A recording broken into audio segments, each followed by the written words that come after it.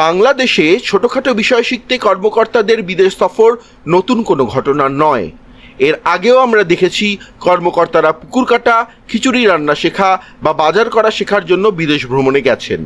এসব ক্ষেত্রেও শীর্ষ কর্মকর্তারাই গেছেন, ব্যবহারিকভাবে যাদের এসব কাজের সঙ্গে ন্যূনতম কোনো সম্পর্কই নেই।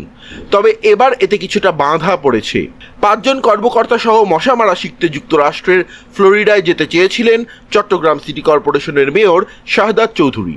তাতে বাদ সেধেছেন খোদ প্রধানমন্ত্রী তারেক রহমান। তিনি তাদেরকে সন্ধ্যার পর কোনো নর্দমা বা ডোবার ধারে বসে থাকার পরামর্শ দিয়েছেন।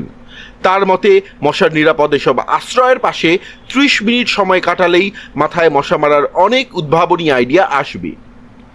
দেশীয় সমস্যার দেশীয় সমাধানের বিকল্প আসলেই নেই। প্রায়শই আমরা দেখি একেবারে স্থানীয় সমস্যার সমাধান খুঁজতে বিদেশি পদ্ধতির আশ্রয় নেওয়া হয়। এর ফল অধিকাংশ সময়ই ভালো হয় না, উল্টো ব্যয়বহুল নানান প্রকল্প সমস্যা আরও বাড়িয়ে তোলে।